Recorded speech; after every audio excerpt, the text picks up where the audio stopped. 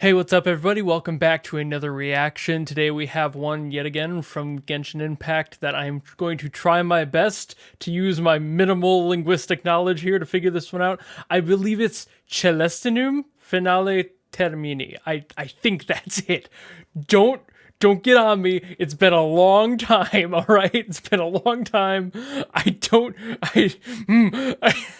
Anyway, everyone was saying after my last reaction to give this one a shot, so ideally I said that correct. Nobody's mad at me, and let's get listening to this, shall we?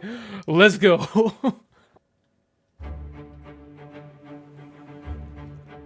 The Wind and the Star Traveler. See, if I had saw that first, I wouldn't have had this problem.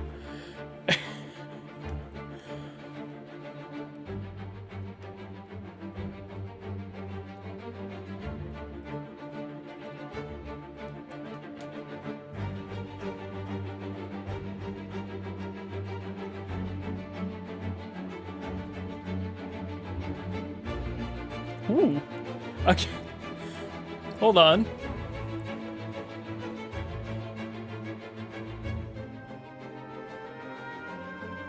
Oh. Okay. Oh, the soft snare in the back. Ooh. Ooh.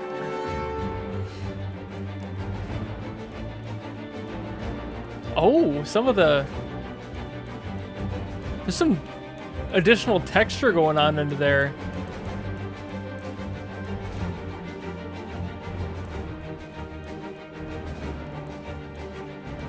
Like, you hear that shaker, but what's this, like, more metallic sound?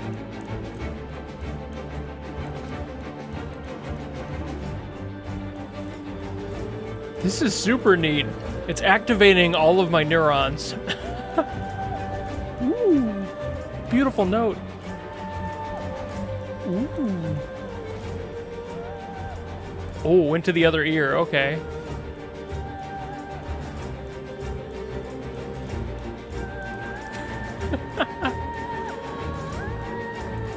Oh, different vocals in both ears. That's really neat.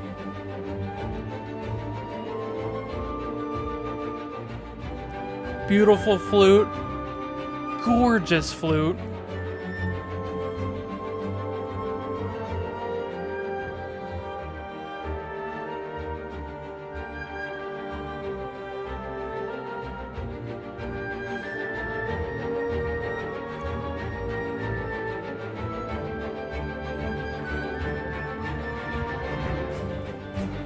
Oh, there's all that texture again. I still don't know what that metallic flavor is under there. It's got to just be like a tambourine or something, or some variant of that.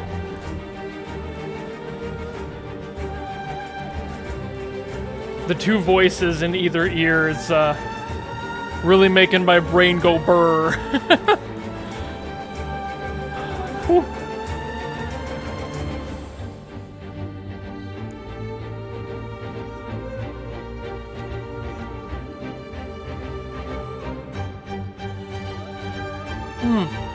Really staccato on that.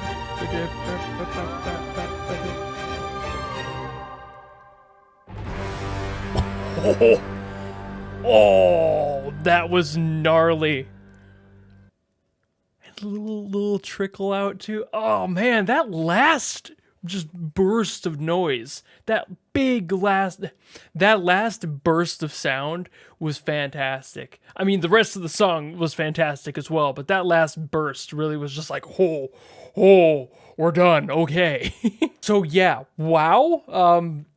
Immediately my brain just went on to like 5,000%. I awoke every part of my brain to listen to that song. There were so many things happening. The voice in both ears, those textured sounds in there that were happening, those like percussive accessories in the back. I'm still pretty sure it was something like not a sleigh bell, probably more of like a tambourine situation, like I had said. I don't know if there's something else that actually is what that is, but it sounded very very metallic and shaky. There was like a shaker in there, just like like being played, sure, but like there was something else that was definitely more metallic, and it feels like that was supposed to represent armor in a way. I'm not entirely positive, but that's kind of the vibe I got from it. The vocal work on both ears was fantastic. As I mentioned, I really liked how they did that, but it also made me pay attention in a way I didn't expect, and I didn't anticipate it.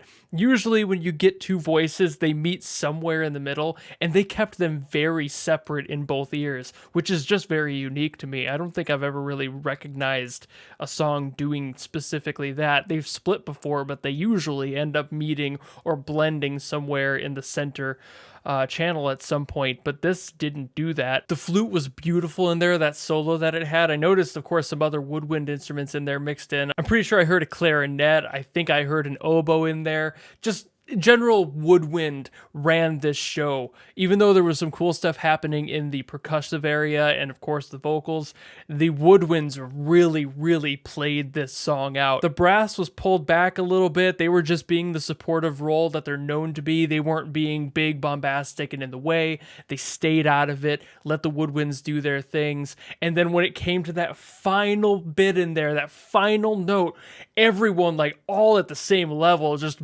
wow. It was super neat. I always nerd out about things like that just because they feel unique in those moments. There's nothing really too unique about a song ending on one note, but it's the fact that they let it really sit and fizzle out and then came back for that one note.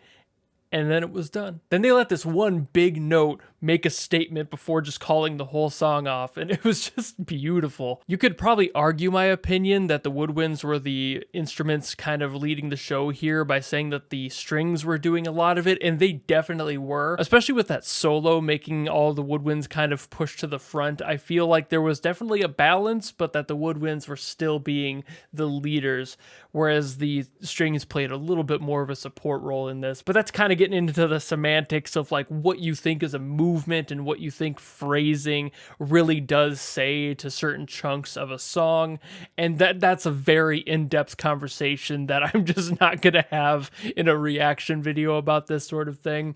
Largely, I'm supposed to just be giving you my opinions from a drummer's perspective, but I find myself a lot of the time giving more detailed breakdowns of the music, especially when I'm just enticed to do so, when the songs are so good that I can really feel out what was intended by the composers, and how I find certain sounds and movements, instruments included, that just speak a certain volume to the song I'm listening to. I just can't shut up about it. And that's exactly what's happening here. I've been going longer than I probably should have about this sort of thing, so I think that's about all I'm gonna say. Thank you all so very much for watching this video. Thank you for giving me this song recommendation. Obviously, if you have more, let me know in the comments. If you want to support me, you know how to do that, and I will see you all in the next video. Goodbye!